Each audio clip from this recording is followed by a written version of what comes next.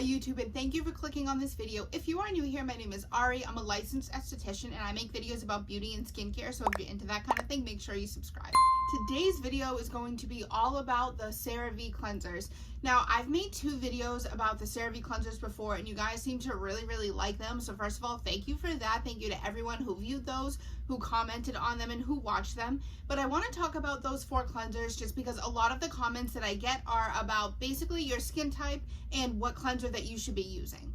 I've said on my channel before that I'm really not a big drugstore skincare person. I really don't shop in the drugstore too much, but if I am going to, Cerave is one of the only brands that I actually recommend and that I actually believe is worth it.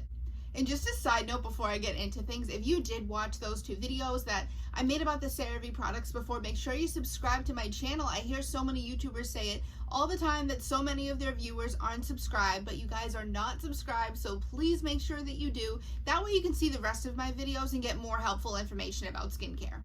Okay, so first things first about these cleansers, another really common question that I got was, can I use 2 of these together? Can I switch them? Which one should I use? Kind of that idea. So I do want to say that, first of all, I recommend rotating cleansers absolutely, basically to everybody.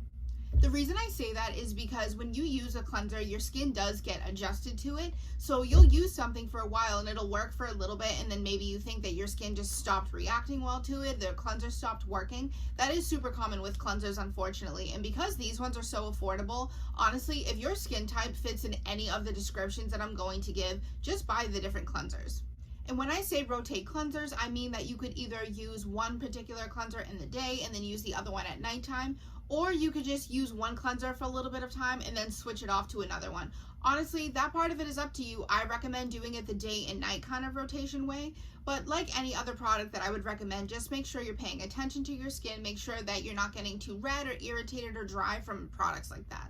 The first cleanser is the Hydrating Cleanser. I do have a full video on this. Make sure you check that out if you haven't seen it. But the Hydrating Cleanser is as simple as it sounds. It is for dry skin.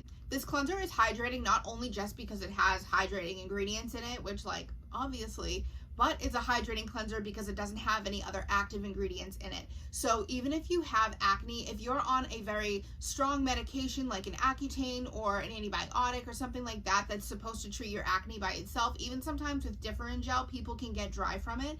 If you're on an acne treatment and it's making your skin dry and you basically want a cleanser that's not going to irritate it, that's just going to give you like some hydration, put some moisture back into your skin and not mess anything up, this is what the Hydrating Cleanser would be used for. I also recommend the Hydrating Cleanser to people who honestly probably just have genetically perfect skin. If your skin doesn't really have any problems and you just want a face wash to say that you're washing your face, you don't want to do absolutely nothing, then the Hydrating Cleanser would be a good option for you. I also recommend this to people who are in more of the preteen category where you don't have acne yet. Your skin is more just kind of coming of age and it may get a little bit dry, but you're not really breaking out, then I would use the Hydrating Cleanser.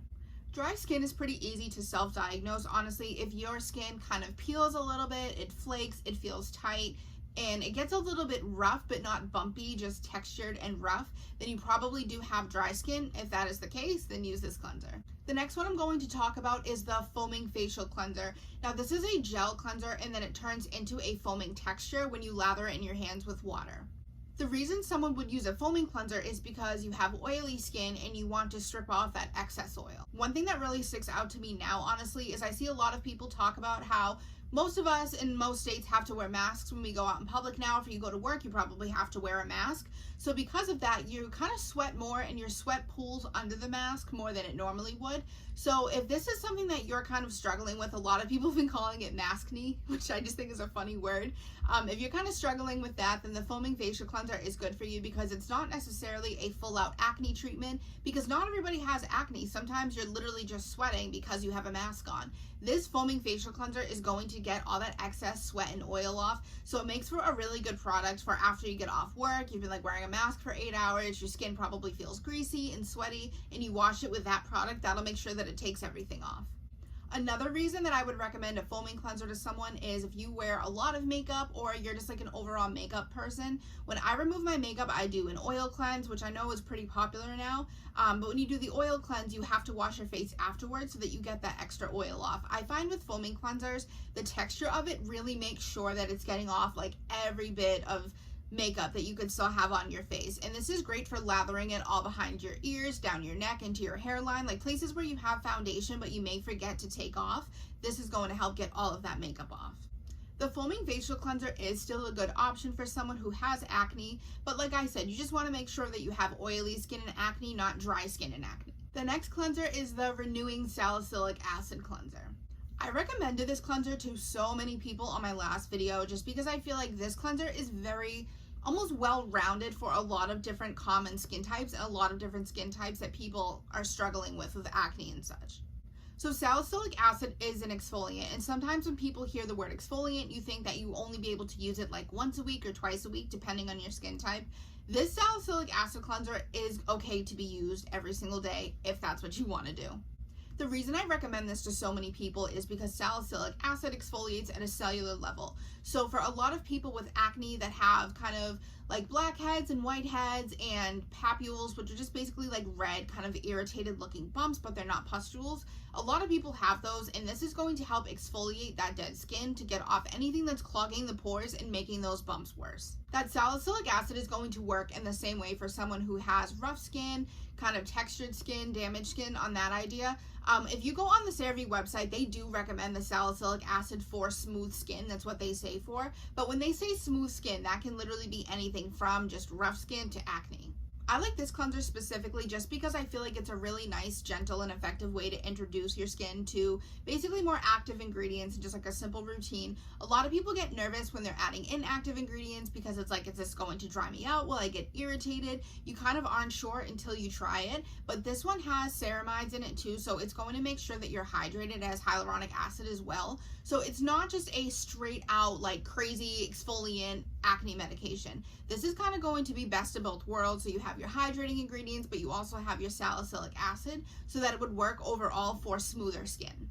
That's also the cleanser that I recommend if you have acne, but you are more on the dry side, because I will go into it later about the acne foaming cleanser and why that one is more drying. But if you have breakouts and your skin is dry and you don't want something that's going to make the breakouts worse, but then also make the dry skin worse, then I would start out with the salicylic acid renewing cleanser. And last but not least, we have the Acne Foaming Benzoyl Peroxide Cleanser. It is a 4%. Honestly, I can't remember if I said 4 or 5% in my last video because my other benzoyl peroxide cleanser is 5%. So I may have mixed up the two. Honestly, I'm not 100% sure, but this one is 4%. Now, this is your cleanser for someone with acne that has really clogged skin, congested skin, pustules, which I did explain. It's like basically when you squeeze a pimple and pus comes out. A lot of times they bleed, they get irritated really fast. That's what this is going to be for. Benzoyl peroxide works by drying out the skin and drying out the pimples. So it does a combination of that to dry it out, but then it also has acne fighting bacteria. So it's going to kill the bacteria on your skin that's causing these breakouts. I would say this is a more controversial ingredient just because sometimes I feel like it can kind of be overprescribed, where they tell people to use it who don't need it, and then it can cause dryness because, fair warning, benzoyl peroxide works, but it can cause dryness. I recommend this ingredient in spot treatments a lot because if you put it on a pimple and then you wake up, it's probably gone in the morning. It honestly works pretty fast, but like I said, it can dry you out. It can cause redness and irritation.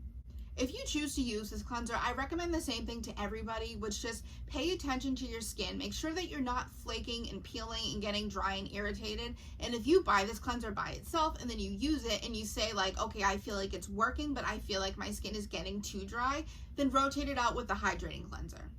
Overall with this cleanser, I would say that out of the brand and out of all of their cleansers, this is the acne cleanser. So if you're someone too with acne that maybe isn't as bad as I described, but you've tried a lot of other drugstore products with salicylic acid and benzoyl peroxide and you feel like it hasn't worked, or overall you just feel like you've had acne for a longer period of time and you feel like your products haven't worked, then definitely give this one a try. The Acne Foaming Cleanser and the Salicylic Acid Cleanser are honestly the only two that I really don't recommend mixing together. Not that it would necessarily do something really bad to your skin. I just feel like where they're both exfoliants, you don't need to use two separate exfoliants in the same skincare routine. If you do try out this cleanser, make sure it's because you have both acne and oily skin. Like I said, you don't want to dry it out. Worse, if you are dry, and if your acne has kind of been persistent for a long time, you feel like your other products haven't worked, then definitely give this one a try. And that is basically it, guys. So thank you so much for watching this video. As always, leave a comment down below if you want to talk about what your experience is with any of these products that I mentioned. Make sure you leave that down below, and make sure that you comment any other videos you want me to make in the future. And I'm thankful for every single one of you who watches my videos, who clicks on my videos, likes them, subscribes to me, all of that stuff. So seriously, thank you so much, and I will see you in my next video.